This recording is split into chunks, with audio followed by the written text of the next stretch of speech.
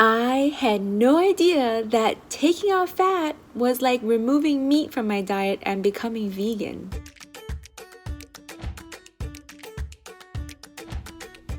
As usual, I began my morning with 16 ounces of lemon water, B12, and liposomal C. Then it's on to making my 32 ounces of celery juice. For breakfast, I had a couple of these pluots, which are a mixture of plum and apricot, and then I had this delicious green juice filled with mineral salts. For lunch, I had a smoothie made of banana, mango, a little bit of ginger, some raw honey, and lime juice. Then I made a shot made of barley grass juice powder, some wild blueberry powder, and I mixed it with some coconut water. Hi guys, how is everyone doing? I am still going. I am still feeling fantastic. And that's kind of what I wanted to talk to you about today, was that I didn't realize that removing fat from my diet had the same sort of concerns like someone who removes meat and becomes vegan. Like, I didn't realize that fat was so important to so many people, and that it was put on a pedestal, and that all of these different diets were pushing the importance of having fat, and how if you didn't have it, it was a huge concern. So I'm going to kind of address the different issues that I've learned about fat, and I'm just sharing this information with you. I didn't create it. It's all from the medical medium, but maybe that will give you a little insight or a little more support as far as if you were to remove fat like how I am and heal. I just wrap my mind around it. It's so bizarre to me, so it's so foreign, but here goes. Okay, so one of the concerns was around my menstrual cycle. I had people comment and respond to me about, hey, I heard if you remove fats, you're gonna lose your period, and you're not gonna have, it's not good for your reproductive organs. And that's so not true. And here's why. According to Anthony William, the medical medium, it's actually glucose that we need. And the whole thing around, I'm guessing it's mainly around people who are vegan that have lost their period or have lost their menstrual cycle and they don't have that anymore. And that is mainly due to them not having enough sugar.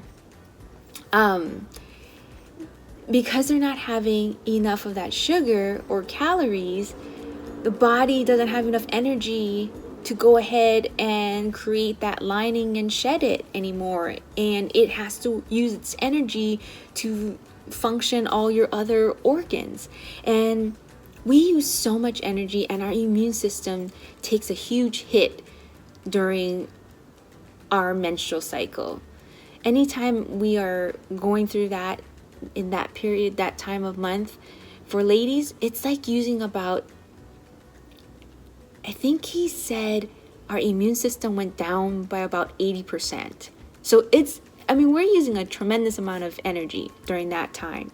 So if you don't have enough calories, that's why sometimes that happens.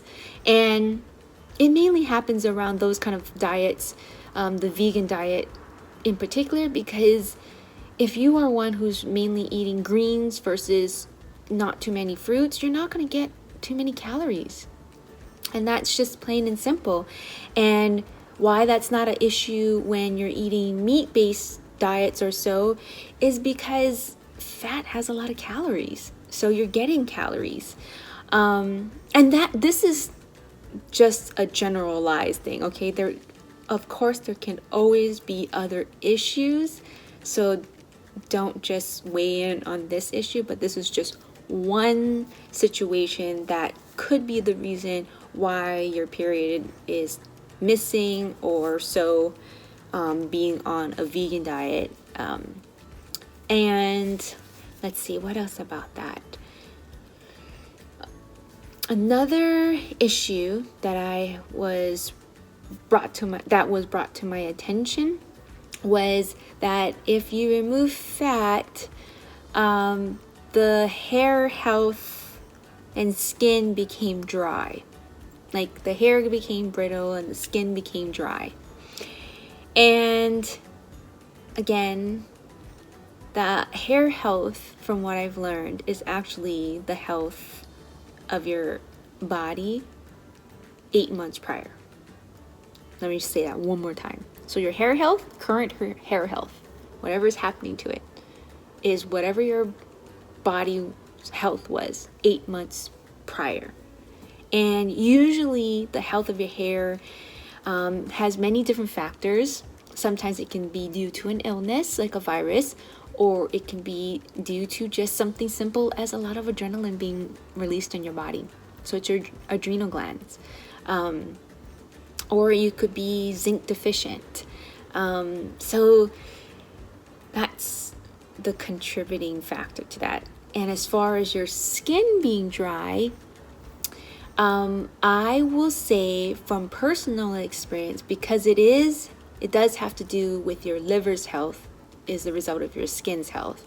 But through this whole detoxing process and healing, I do notice that my skin goes through like these stages where, and it's kind of like a monthly stage where my skin gets really dry and I can see the texture of it change, and then it gets really supple and hydrated, and it's very glowing and radiant. So I believe that when you go through some detoxing, the skin does get dry at times. Well, it does for me.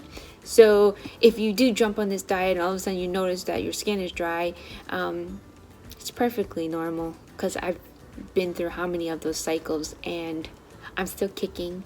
My skin isn't dry all the time, and actually that dry period gets less and it's not as bad and it doesn't last as long. So, and if for those who are concerned about, dry hair, I don't know if you can really see, but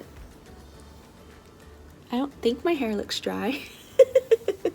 And I've been doing this for a good, for I don't know how many days now, 46 days. So I removed fat, or I decreased it a lot, and I didn't see my hair get drier. Actually, I saw my hair get better and shinier and more healthy looking. So over these 2.5 years of being on this lifestyle and lower fat and now completely removing fat, I didn't see a change in that. So yeah, I mean, I just kind of wanted to like debunk all those fat myths, and they're not, I call them myths because of my own experience, not because of anything else. But yeah, that seems to be a very big misconception, that we need fat. Another thing is that everyone's so worried that, oh my gosh, if I don't have any fat, like if I remove all of that, that means I have no fat at all. And that is not true. We actually get a lot of fat, or enough fat, not a lot, but we get enough fat from fruits and vegetables. It's in there, you guys. We're not actually running off of absolutely nothing, but we are getting some. They're in our fruits and vegetables, and it's enough to sustain us, and it's enough for what we need. And if you are also worried about your brain, because I know that was another thing that went around about having enough omega-3s for your brain health and all that kind of stuff, Medical Medium also covered that, and it is that we need actually glucose and mineral salts for a healthy brain versus so much omega-3. Our brain's storage is actually made of glucose, the memory storage. So eating fruits will actually help you to remember things and hold memory. And mineral salts is another thing I think that it needs to use to function correctly. So he even said that if you actually tasted the brain, which I would never do, but he says it tastes sweet and salty. I'll just trust him on that one. I don't want to experience that. So we don't need too much oil, okay? You don't need the fat. You don't need that huge amount of fat. All fat does is it clogs or makes our liver work harder. And for someone like me who is dealing with a lot of liver issues, overburdened liver, fatty liver, or just trying to get rid of viruses or toxins and pesticides, it's best to lower fat or omit them. Now, everyone's been asking me, how long can you do this? What is it? Is it dangerous to do it for so long? You know what? I'm doing it for 100 days. That's my choice. I'm not saying that you have to omit completely all, but this is just speeding up the process. And I'm telling you right now, I feel fantastic. I feel great. Like, even though I lowered my fat, I never really took the time to really see how much fat I eat. Like, I would have about an avocado a day, and then a little bit of coconut oil sneaks in on something, or another cashew based something sneaks in a little bit, and those all start to add up. And until I completely omit them, I'm like, now I know what lower fat and no fat really does, because I feel great. And I'm telling you right now, yeah, as much as I love fat, and I'm not saying that avocados and coconut oil and nuts and seeds don't have any good benefits. I'm not saying that at all. They're great and they're very healing. And yes, they're good for you to eat.